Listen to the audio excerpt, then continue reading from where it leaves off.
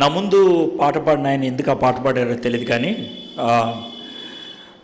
నేను దేవునికి వందనాలు చెల్లించకుండా ఉండలేకపోతున్నాను. ఎందుకనంటే నేను ఏమైతే వాక్యం చెప్పాలనుకుంటున్నాడో అది ఆ పాటలో మిళితమై ఉంది. ఆ పాట పురుషోత్తం చౌదరి గారు రాశారు. ఆ పాట రాసినటువంటి నేపథ్యం తెలిస్తే కనుక ఆ పాట అంత గట్టిగా అరిసి పాడాల్సింది లేదు, కానీ చాలా ఎమోషనల్గా పాడాల్సిన పాట అది. అదే నేను తప్పు పట్టట్లేదు, కానీ it's a very good song, చాలా మంచి పాట. ఏంటంటే పురుషోత్తం చౌదరి గారు యేసుప్రభుని అంగీకరిస్తే వాళ్ళ ఇంట్లో వాళ్ళు ఆయన ఇంట్లోంచి తరిమేస్తే ఆయన కొన్నిసార్లు భిక్షాటన కూడా చేసేవాడు, అడుక్కోవడానికి వెళ్ళేవాడు. అది ఆయన పరిస్థితి. అలాంటి దినాల్లో ఒకసారి అడుక్కుంటూ ఉంటుంటే ఒక ఇంట్లోంచి ఒక అమ్మాయి బయటకు వచ్చింది. చూస్తే ఆమె భార్య, పురుషోత్తం చౌదరి గారి భార్య, ఆమె వచ్చింది. అమ్మ కొంచెం ఏమన్నా పెట్టానంటే ఉండు అని ఇంట్లోకి వెళ్ళింది. ఆమె ఏదో తెస్తుంది ఆశతో అని ఎదురు చూస్తే పులిహార తెచ్చింది. ఆమె పులిహార ఇస్త్రాకులో చాలా ఆశతో భార్య పెట్టేటువంటి పులిహార తీసుకుందాం అన్నప్పుడు పక్కకు జరుగు అని బయట గొడ్ల చావుడు అంటే అప్పుడే పేడేసింది ఒక ఎద్దు. ఆ పేడ మీద ఆ పులిహార పడేసి ఎల్లు తిను అంటే ఆ పేడ మీద పడినటువంటి మెతుకులు ఏరుకొని తింటూ ఆ నేపథ్యంలో రాసిన పాట అది. యెహోవా నా తండ్రి కాదా, యేసు నా అన్న కాడా, నాలాగా ఆయన బాధలు పడలేదా, నాలాగా ఆయనలాగా నేను శ్రమలు పడితే పెద్దే ఉంది అని ఆ భావంతో రాసినటువంటి పాట, అద్భుతమైన పాట అది. అయితే సర్వసాధారణంగా ఆంధ్ర క్రైస్తవ కీర్తనలోంచి జీడిఎం చర్చిల్లో పాటలు పాడటం అనేది చాలా అరుదు. అది కూడా అదే పాటను పాడటం అనేది దేవుడు నేను ఎంపిక చేసుకున్నటువంటి ఈ ప్రసంగ శైలిని లేకపోతే సరళిని ఆయన అంగీకరించాడని నేను నమ్ముతున్నాను. ఫిలిప్పీలకు రాసిన పత్రిక 2వ అధ్యాయం ఇప్పుడు ఈరోజు మాత్రం చాలా చిన్న భాగాన్ని మనం ధ్యానం చేస్తాం. 2వ అధ్యాయం యాక్చువల్గా చెప్పాలంటే 3 వచనాలే మనం ధ్యానం చేసేది, 6, 7, 8, కానీ 5వ వచనం నుంచి మనం చూస్తాం. అయితే నేను పొద్దున్న చెప్పినట్లుగా కాస్త పరిచయాన్ని ఇంకొంచెం ఫిలిప్పీలకు రాసిన పత్రిక గురించి మీకు ఇస్తాను. పౌలు భక్తుడు జైల్లో ఉండి రాస్తున్నాడు. వీళ్ళు ఫిలిప్పీలు బయట ఉన్నారు. సామాజికంగా మంచి హోదా కలిగినటువంటి వాళ్ళు, ఆర్థికంగా అభివృద్ధి చెందినటువంటి వాళ్ళు. అలాంటి వాళ్ళకి ఈయన ఉత్తరం రాస్తూ చెప్తున్నాడు, మీరు టెన్షన్ పడద్దు, భయపడద్దు అని. ఈ పత్రిక 4 అధ్యాయాలు ఉన్నటువంటి పత్రికలో 17 సార్లు సంతోషించండి అనే మాట కనబడుతుంది. సంతోషించండి, మరలా చెప్తున్నాను, సంతోషించండి. ఎందుకు సంతోషించాలి? ఎందుకంటే నేను కూడా సంతోషంగానే ఉన్నాను. నేను ఎందుకు సంతోషంగా ఉన్నాను? 1వ అధ్యాయంలో నాకు శ్రమలు ఉన్నాయి, నాకు కష్టాలు ఉన్నాయి, నేను చచ్చిపోతానేమో అనే భయం కూడా ఉంది. అయితే ఒక మాట చెప్తాను, నేను బ్రతుకుంటే క్రీస్తు కోసం బ్రతుకుంటా, చచ్చిపోతే నాకు లాభమే, యేసే దగ్గరికి వెళ్ళిపోతాను. నాకు చావన్నా భయం లేదు, బ్రతికుండాలన్నటువంటి భయం కూడా లేదు. కాబట్టి నేను సంతోషంగా ఉన్నాను, మీరు కూడా సంతోషంగా ఉండండి. 2వ అధ్యాయం, మరి నేను క్రీస్తుని పోలి నడుచుకుంటున్నాను. మరి యేసయ్యని ఆయన్ని ఇబ్బంది పెట్టారు, నన్ను కూడా పెడుతున్నారు. యేసయ్యని సిలువ మీదకి లాక్కెళ్ళారు, బహుశా నన్ను కూడా లాక్కెళ్తారేమో. కాబట్టి నా గురువు గారిలాగా నన్ను ఎవరైనా చేస్తే నేను ఎందుకు ఇబ్బంది పడాలి? నాకు సంతోషమే, నా గురువు గారి లాంటి జీవితం. అది 2వ అధ్యాయం. 3వ అధ్యాయం, నేను పరిగెడుతున్నాను. ఎక్కడికి పరిగెడుతున్నాను? గురువుగారి దగ్గరికి పరిగెడుతున్నాను. నా గురి యేసయ్య, ఆయన దగ్గరికి పరిగెడుతున్నాను. యేసయ్య మనల్ని పరుగు పందెంలో పంపించేటప్పుడు ఎలా ఉంటుందంటే, యేసు ప్రభుని సొంత రక్షకుడిగా అంగీకరించంగానే స్టార్ట్ లైన్ అంటారు కదా, అంటే ఎక్కడైతే పరుగు పందెం మొదలు పెడతారో అక్కడ పిస్తోలు పెట్టి పేలిస్తే అప్పుడు పరిగెడతాం మొదలు పెట్టాలి. పిస్తోలు పెట్టి పేల్చేది యేసయ్యే, మనతో పాటు పరిగెత్తుకుంటూ వచ్చేది యేసయ్యే. చివరికి వచ్చిన తర్వాత చేతులు చాపి వచ్చేసావా దా అని పిలిచేది కూడా యేసయ్యే. ఎంత గొప్ప విషయం చూడండి. మన విశ్వాస జీవితం కృపతో ఆరంభమవుతుంది, కృపతో కొనసాగుద్ది, కృపలోనికే అంతమవుతుంది. అది 3వ అధ్యాయం.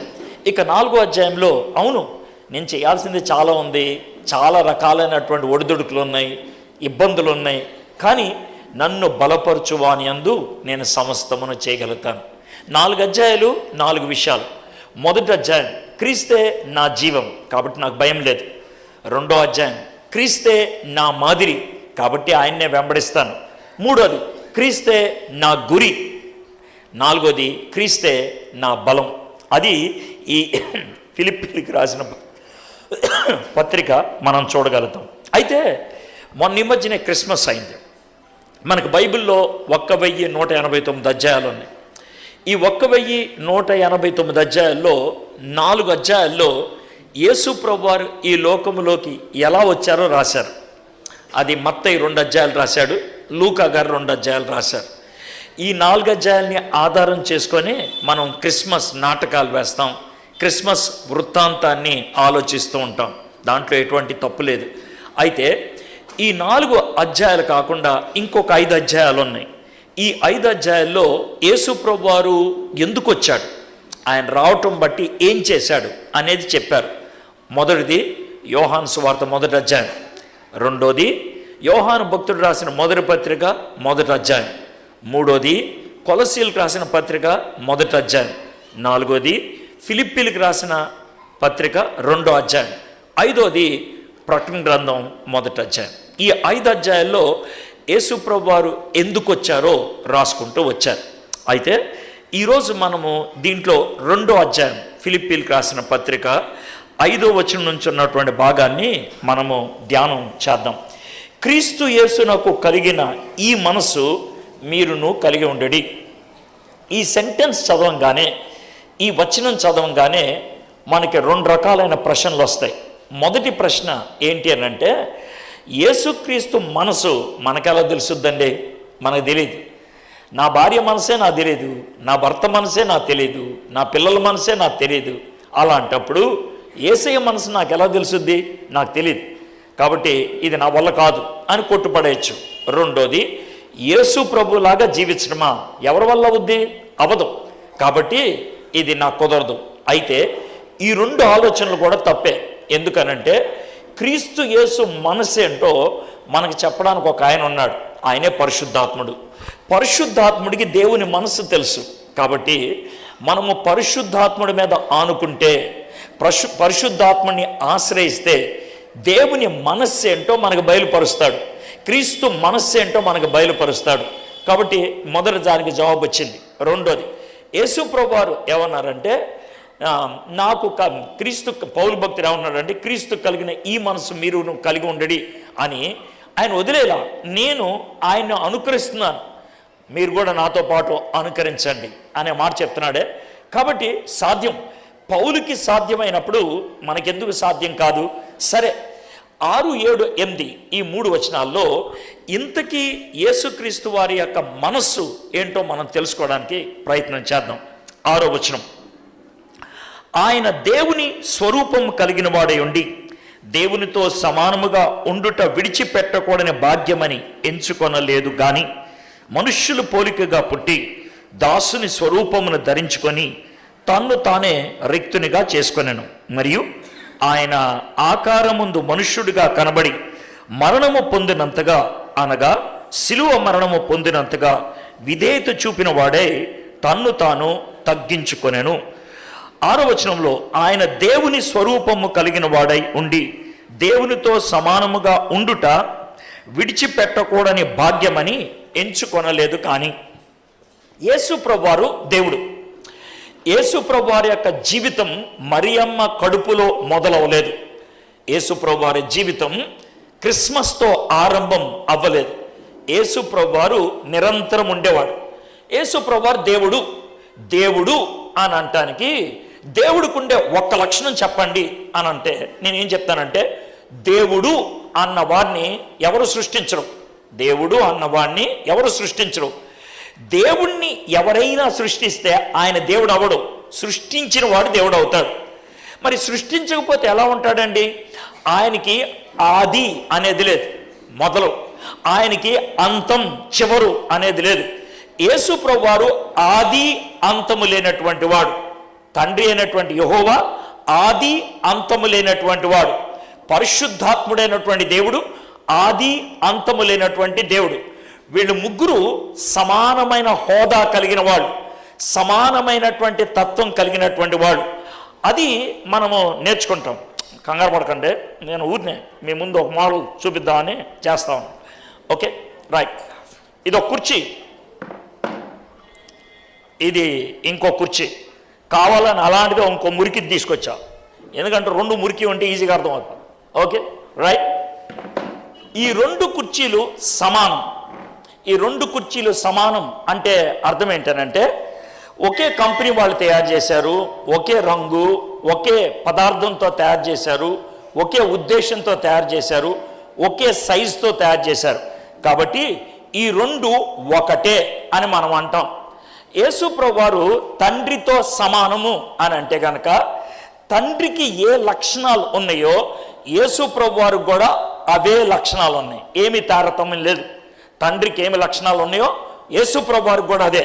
ఒకవేళ నేను ఇక్కడ మూడో కుర్చీ వేస్తే పరిశుద్ధాత్ముడికి కూడా అదే. అందుకనే మనం ఏమంటాం అంటే, మన దేవుడు త్రియేకుడు అంటాం. ముగ్గురు ఒకే లక్షణం కలిగిన వాళ్ళు, ఒకే గుణం కలిగినటువంటి వాళ్ళు, ఒకే ఉద్దేశం కలిగినటువంటి వాళ్ళు. అయితే ఏమైందంటే, ఎప్పుడో భూమి ఆకాశాలకి పునాది లేనటువంటి దినాల్లో జరిగినటువంటి విషయం ఏమైందంటే, వీళ్ళ ముగ్గురు కూర్చొని మాట్లాడుకుంటున్నారు. ఎవరు? తండ్రి, కుమార, పరిశుద్ధాత్మ మాట్లాడుకుంటూ, సరే మనం భూమి ఆకాశాలు తయారు చేద్దాం, మరి భూమి మీద రకరకాల జంతువుల్ని, పక్షుల్ని అవి పెడదాం, సముద్రంలో చేపలు అవన్నీ కూడా ఉంటాయి. అయితే వీటన్నిటిని పరిపాలించడానికి, వీటినన్నిటినీ కూడా నడిపించడానికి మనలాంటి ఒక మనిషిని తయారు చేద్దాం అని నిర్ణయించుకున్నారు. అప్పుడు వీళ్ళు ముగ్గురు సరే ప్లాన్ ఇది అని అనుకున్నారు. ఓకే అయిపోయింది. అప్పుడు సడన్గా ఒక ఆయన అన్నాడు ఇళ్లలో, మరి మనిషిని తయారు చేస్తే మనిషికి మనం స్వేచ్ఛ ఇవ్వాలి, మనిషికి స్వేచ్ఛనిస్తేనే ప్రేమించేవాడు అవుతాడు, మనిషికి స్వేచ్ఛనిస్తేనే అధికారం చెలాయించేవాడు అవుతాడు, మనిషికి స్వేచ్ఛనిస్తేనే మన వంటి వాడు అవుతాడు. అవునవునవును. మరి ఇట్లాగా మనిషికి స్వేచ్ఛనిస్తే వాడు పాపం చేస్తేనో అని అన్నారు ఒకళ్ళు. ఇంకొక ఆయన ఉన్నాడంటే, పాపం చేస్తూనే ఉంది, చేశాడు పాపం. అవునా, మరి ఎట్లాగా? వాడు పాపం చేస్తే మనం వాడిని తాకలేం కదా, వాడిని చూడలేం కదా, వాడి దగ్గరికి వెళ్ళలేం కదా, ఎలాగా అని ముగ్గురు జరసేపు సైలెంట్ అయిపోయారు. సైలెంట్ అయిపోతే అందుట్లోంచి సడన్గా ఒక ఆయన చెయ్యెత్తాడు. నా దగ్గర ఒక ఐడియా ఉంది అని అన్నాడు. ఆయన ఎవరో కాదు, యేసు ప్రభువారు. ఆయన కుమారుడు అంటాం మనం, కుమారుడైనటువంటి దేవుడు. చెయ్యెత్తి, నా దగ్గర ఒక ఐడియా ఉంది. ఏంటి ఆ ఐడియా? ఏం లేదు, నేను మనిషి అయిపోయి భూమి మీదకి వెళ్ళిపోతాను. అవునా? నేను మనిషి అయి భూమి మీదకి వెళ్తాను. భూమి మీదకి వెళ్ళి మనుషులకి నేను ఒక పని చేస్తాను. మనిషిగా ఎలా జీవించాలో చూపిస్తాను, పాపంలో పడిపోకుండా ఎలా జీవించాలో చూపిస్తాను, పాపానికి బానిసైపోకుండా ఎలా జీవించాలో నేను చూపిస్తాను, ఒక మాదిరిని చూపిస్తాను. అంతేకాదు, మానవులందరూ చేసిన పాపాన్ని నా మీద వేసుకొని నేను శిలువ మీద చచ్చిపోతాను అని అంటే, మిగిలిన ఇద్దరు పరిశుద్ధాత్ముడు, తండ్రి సైలెంట్ అయిపోయారు. ఎందుకు సైలెంట్ అయిపోయారు? నీ మీద పాపం పడితే మేము చూడలేం, నాకు తెలుసు మీరు నన్ను చూడరని.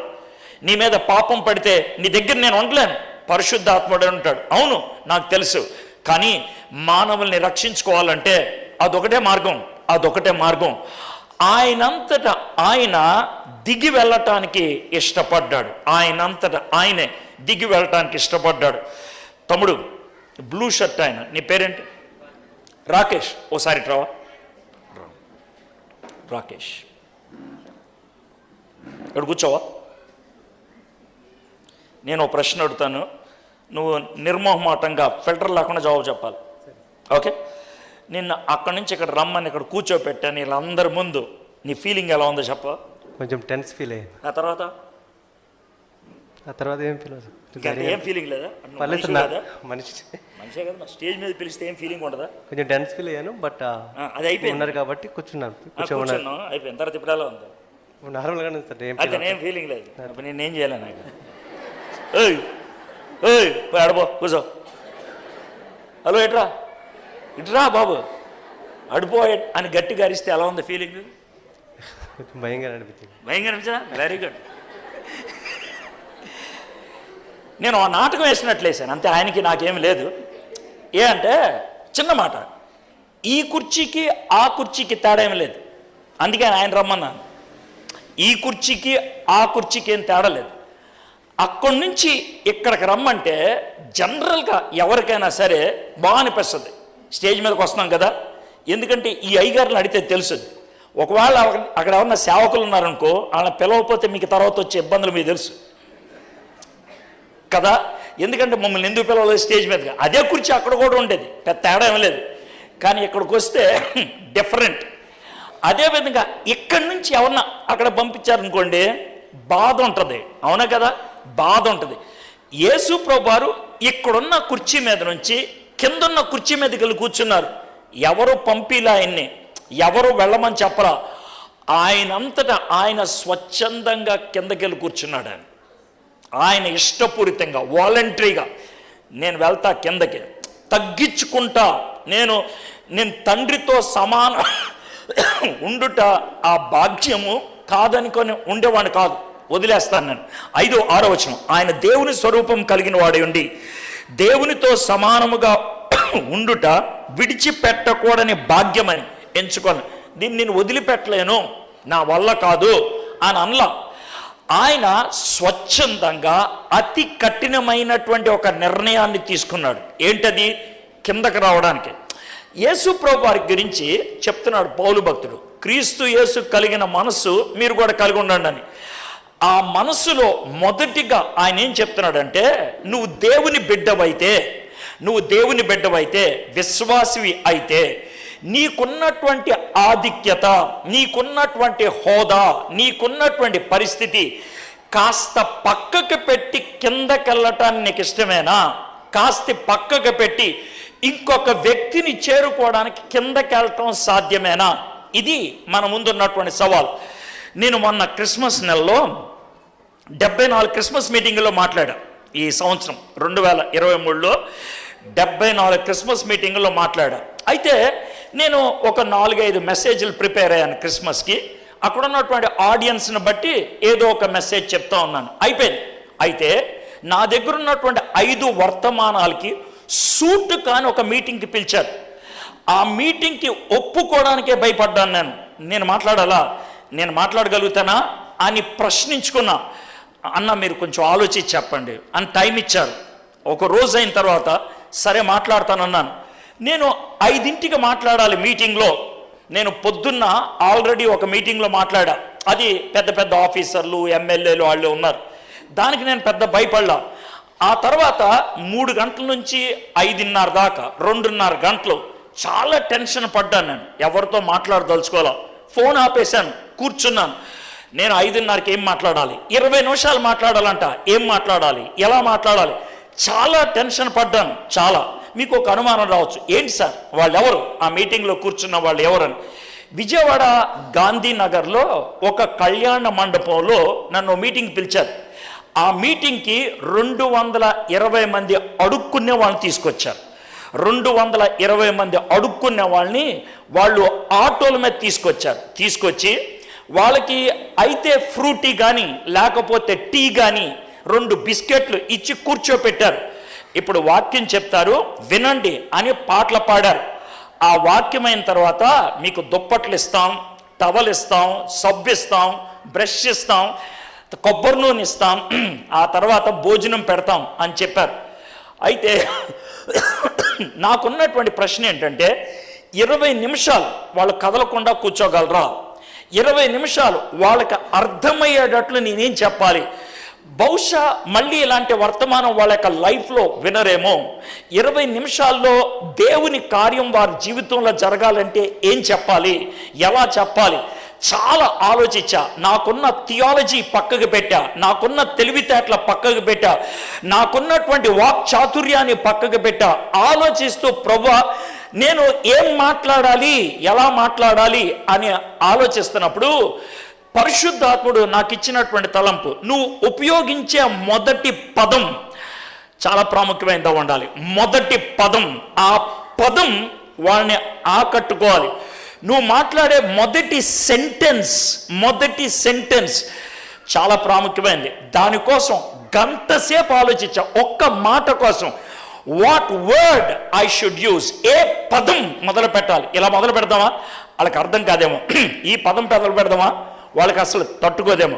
అయితే ఇలా మొదలు పెట్టాను. వెళ్ళంగానే స్టేజ్ ఎక్కంగానే అడుక్కునేవాళ్ళు రోడ్డు మీద అడుక్కుంటూ వెళ్తున్నప్పుడు, బాబు నాకేమైనా ఇవ్వరా అని మీరు చాలాసార్లు అడుగుండి ఉంటారు, అవునా?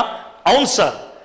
అలాంటప్పుడు ఎవరైనా సూటు బూటు వేసుకున్నటువంటి వ్యక్తి ఎల్లు అంటే మీకు ఎలా అనిపిస్తుంది? బాగా కోపం వస్తుంది, లోన పచ్చి బూతులు తిట్టుకుంటాం. Very good, very good. అయితే ఆ విధంగా వెళ్ళే వ్యక్తి దేవుడైతే అని అన్నారు. దేవుణ్ణి అడుక్కోవటం మీకు తెలుసా అన్నారు. అమ్మో అడుక్కోలేం సార్ అని అన్నారు. Very good. ఈరోజు మీకు ఒక కథ చెప్తా. ఆ కథలో ఆ అడుక్కునేవాడు దేవుణ్ణి అడుక్కున్నాడు. ఏమడిగాడు, దేవుడు ఎలా జవాబు చెప్పాడు, దేవుడు ఏం చేశాడు వినటానికి మీకు ఇష్టమేనా? ఇష్టం సార్ అని అన్నారు. కూర్చోండి కథ చెప్తా అనేసి బైబిల్లో గుడ్డివాడైనటువంటి అడుక్కునేటువంటి వ్యక్తి బర్తిమియాస్ గురించి చెప్తే వాళ్ళు చాలా అద్భుతంగా విన్నారు. ఒక పర్టికులర్ పాయింట్కి వచ్చిన తర్వాత వాళ్ళు ఒక ప్రశ్న అడిగి, ఈ ప్రశ్నకి మీరు ఒక్కళ్ళే జవాబు చెప్పగలరు, చెప్పండి అన్న.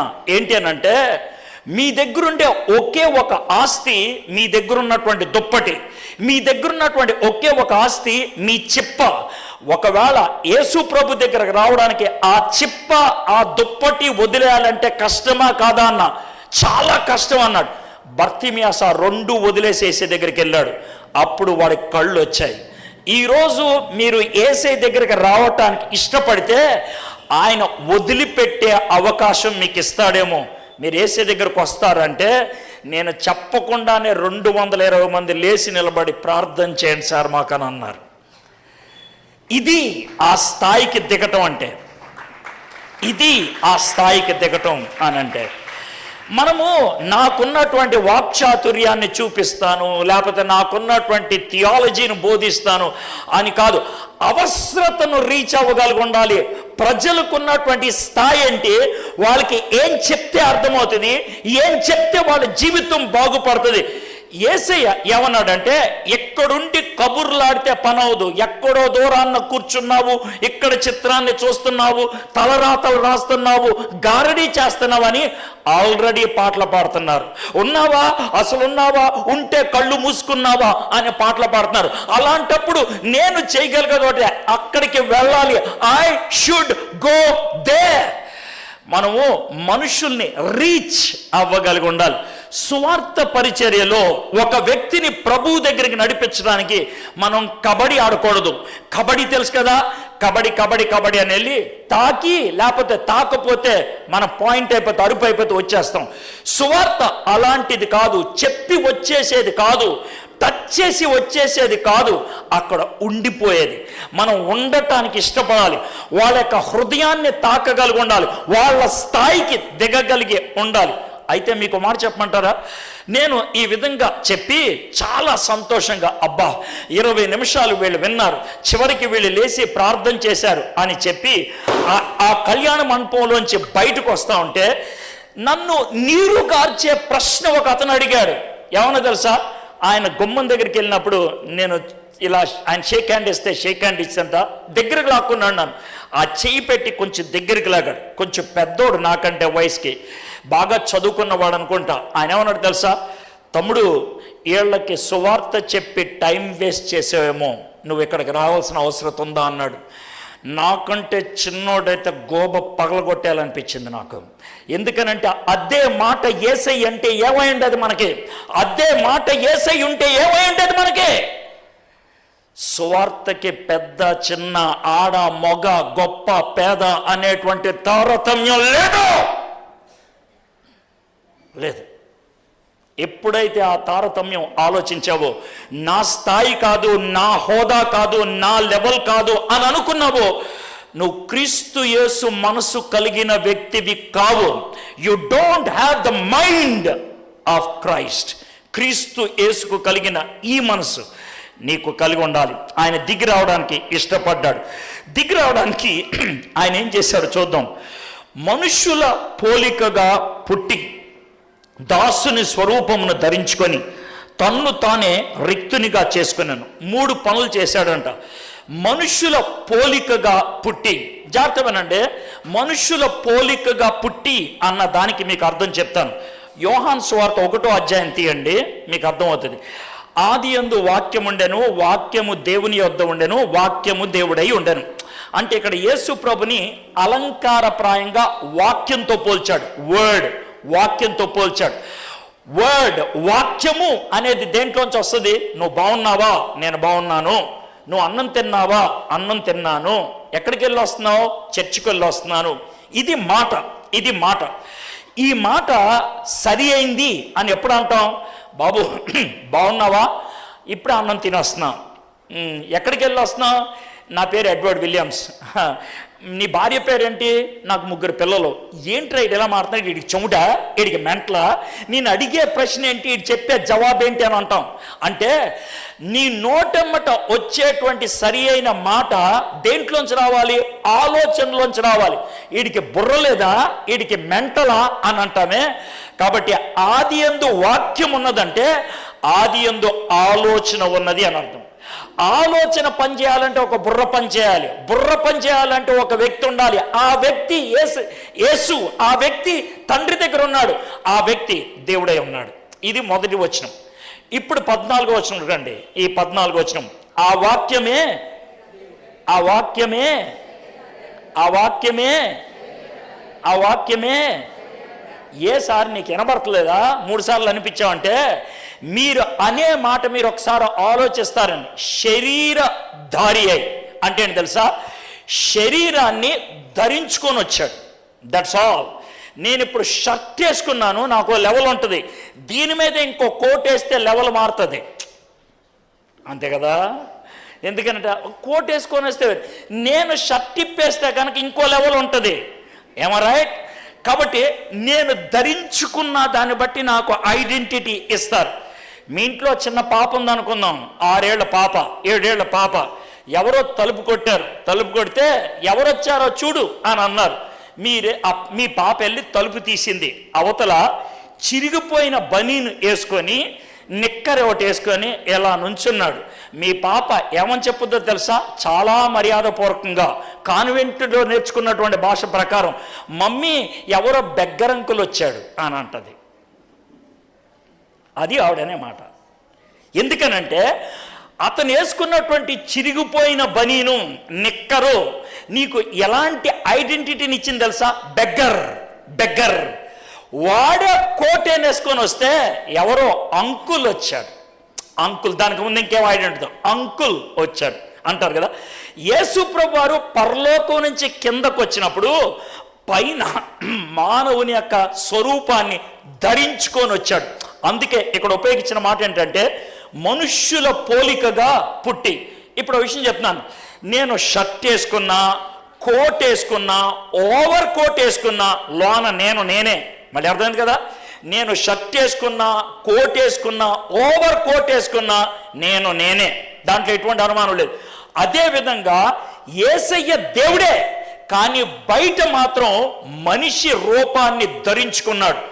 ఈ మాట నేను చెప్పినప్పుడు కొంచెం జాగ్రత్తగా చెప్తున్నాను. ఎందుకనంటే ఆయనలో దైవత్వం ఉన్నదా? ఉన్నది. లోన అదే. పైన మానవత్వం కనబడుతుందా? ఎస్, మానవత్వం కనబడుతుంది. ఆయన పరిపూర్ణంగా దేవుడు, పరిపూర్ణంగా మానవుడు. పరిపూర్ణంగా దేవుడు, పరిపూర్ణంగా మానవుడు. కాబట్టి కొన్నిసార్లు ఆయన చేసే పనులు, ఆయన చెప్పే మాటలు ప్రజలకి కొంచెం షాకింగ్గా అనిపిస్తుంది. 1-2 సన్నివేశాలు చెప్తాను, మీకు అర్థమవుతుంది. ఒకటి, మన సాతాను గారు వచ్చారు. ఎవరు? లూసిఫర్ గారు. ఎవరి దగ్గరికి? యేసే దగ్గరికి. ఈ రాళ్ళన్నీ రొట్టెలు చేసుకొని తిను అని. అప్పుడు సాధారణంగా ఏ మనిషి అయినా ఇచ్చే జవాబే ఇచ్చాడు. నేను బతికేది రాళ్ళ వల్ల కాదు, రొట్టెల వల్ల కాదు, దేవుని నోటి నుంచి వచ్చే మాట. అదేవిధంగా ఇంకో మాట కూడా, ఈ దేవాలయం మీద నుంచి దూకు, ఆయన పట్టుకుంటాడంటే దానికి కూడా ప్రత్యుత్తరం ఇచ్చాడు. మూడోది ఏమన్నాడంటే లూసిఫర్, నువ్వు నా కాళ్ళ మీద పడు, దునియా మొత్తాన్ని నీకు రాసిస్తానంటే ఆయనకు కోపం వచ్చి పైన ఉన్నటువంటి మానవ శరీరపు ఆలోచన పక్కకు పెట్టి లాన్ నుంచి జవాబు తీశాడు బయటికి. ఏమన్నా తెలుసా? దేవుణ్ణి శోధించద్దు పో. మీకు అర్థం కదండి? దేవుణ్ణి శోధించద్దు పో. అక్కడక్కడ అలాంటి బయటపడిని ఆయన ఈ విధంగా శోధింపడిన తర్వాత లోకాసు వార్త 4వ అధ్యాయంలో ఆయన మాట్లాడుతూ మొదలు పెడతా ఉంటే వాళ్ళ కోపం వచ్చి కొండ మీద నుంచి తోసేద్దాం అనుకున్నారు. 8వ అధ్యాయం యోహాను సువార్తలో నేను అబ్రహాము కంటే ముందుగా ఉన్నాను అనగానే అప్పుడు కూడా రాళ్ళు తీసుకొని కొట్టి చంపేద్దాం అనుకున్నారు. అంటే దేవుడికి ఉండేటువంటి లక్షణాలు అక్కడక్కడ చూపించాడు అంతే, కానీ ఆయన ఎక్కువ శాతం మనిషిగానే ఉన్నాడు. 100కి 100 మనిషి, దాంట్లో ఎటువంటి అనుమానం లేదు. ఆయన మనిషి కాకపోతే నీకు నాకు ప్రతినిధి అవ్వలేడు. భారతదేశ క్రికెట్ టీంకి క్రికెట్ వచ్చినోడు కెప్టెన్ అవుతాడు, రెండోది భారతీయుడు కెప్టెన్ అవుతాడు. అంతేగాని పాకిస్తాన్ బాబర్ అజం బాగా క్రికెట్ ఆడతాడని ఇండియా టీంకి ఎవడు కెప్టెన్గా పెట్టుకోడు. అర్థమైంది కదా? కాబట్టి అది ప్రాముఖ్యమైంది. సోనియా గాంధీ పోటీ చేయకపోవడానికి కారణం ఏంటంటే ఆవిడ మీద ఒక ముద్ర వేశారు. నువ్వు భారతదేశంలో ఎంతున్నా సిటిజన్షిప్ను కొన్నా నీ పుట్టుకెక్కడ కాదు అని ఆమెను పక్కగా పెట్టడానికి ప్రయత్నం చేశారు. అది పరిస్థితి. అయితే యేసు ప్రభువారు అలాంటి ప్రాబ్లం వస్తుందని మనిషిగా పుట్టి పెరిగి నేను మీలో ఒకడిని. ఆయన మానవుడు కాకపోతే మన ప్రతినిధి కాలేడు. రెండోది ఆయన దేవుడు కాకపోతే రక్షకుడు అవ్వలేడు. ఆయన దేవుడైతేనే రక్షకుడు అవుతాడు. ఎందుకంటే నీలాగా నాలాగా మానవుడైతే గనక ఆయన మనల్ని రక్షించగలిగే సామర్థ్యత ఉండదు. కాబట్టి మానవత్వం దైవత్వం రెండూ కూడా ఆయనలో పరిపూర్ణంగా ఇమిడి ఉంటేనే సాధ్యమవుతుంది. అందుకనే మనుష్యుల పోలికగా పుట్టి అనే మాట ఉపయోగించారు. రెండోది ఉపయోగించింది ఏంటంటే దాసుని స్వరూపమును ధరించుకొని. దాసుడు అనే పెద్ద పవిత్రమైన పదం ఉపయోగించారు, కానీ బానిస అనే మాట ఉపయోగించాలి. బానిస అంటే అర్థం ఏంటంటే అప్పట్లో మనకి మార్కెట్కి వెళ్ళి కోళ్ళు కొనుక్కొచ్చుకుంటాం, మేకలు కొనుక్కొచ్చుకుంటాం, గొర్రెలు కొనుక్కొచ్చుకుంటాం, వీలైతే ఎద్దులు బర్రెలు కొనుక్కొచ్చుకుంటాం.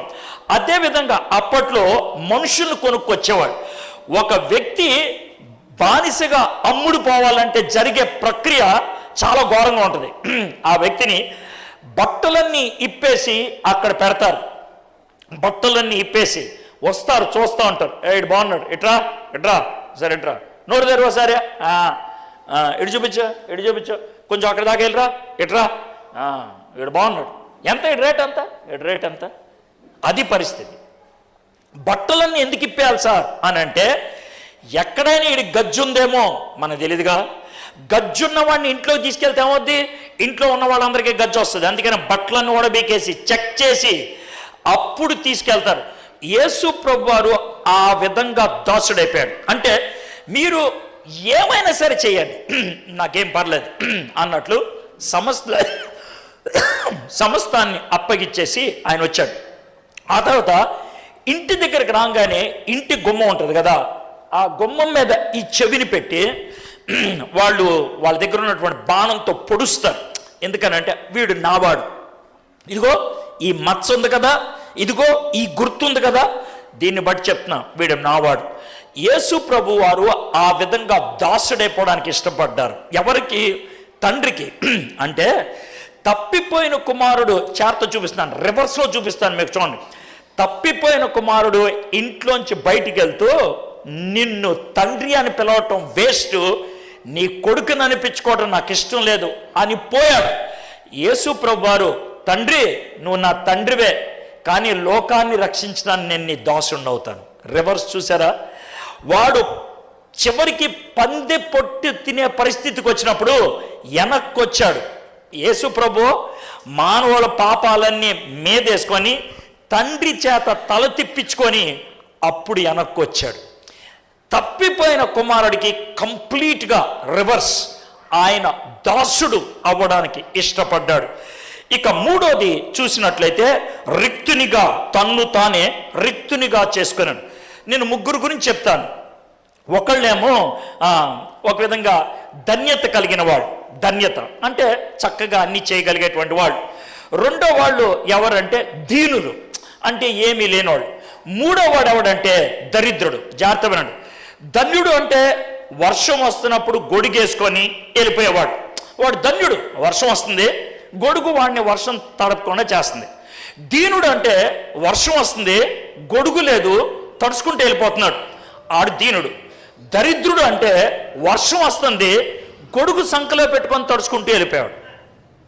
అయితే నేను సర్వసాధారణంగా ఈ ఎగ్జాంపుల్ని సంఘములో ఉన్న వాళ్ళని నెగిటివ్గా చూపిస్తాను అంటాను, కానీ ఇక్కడ యేసు ప్రభుని పాజిటివ్గా చూపించడానికి వేస్తున్నాను. ఎలా అంటే యేసు ప్రభు వారి దగ్గర సర్వశక్తులు ఉన్నప్పటికీ కూడా శక్తులనన్నిటిని మడిచిపెట్టి పక్క పెట్టి నీ కోసం నా కోసం చనిపోవడానికి ఇష్టపడ్డాడు. ఒక చిన్న ఎగ్జాంపుల్ చెప్తాను.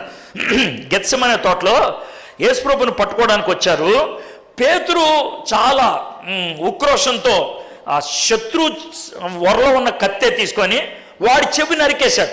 వాడు చెవి నరికేయాలని కాదు, పేకేసేద్దాం అనుకున్నాడు. వాడు తప్పించుకొని ఉంటాడు, చెవు పోయింది. అయితే యేసు ప్రభువారు వెంటనే ఆ కింద పడిపోయిన చెవు అతికిచ్చి యేసు ప్రభువారు అన్నటువంటి మాట వినండి. పేతురు, ఎందుకు చేస్తున్నావు? ఇది కరెక్ట్ కదయా? నీకు వచ్చింది తెలుసా, నేను తండ్రికి ఒక SMS పంపించాను అనుకో, తండ్రి ఇక్కడ పొజిషన్ బాగాలేదని. తండ్రి ఏం చేస్తాడు తెలుసా, 6,000 మంది దేవదూతలను పంపిస్తాడు. 6,000 మందిని.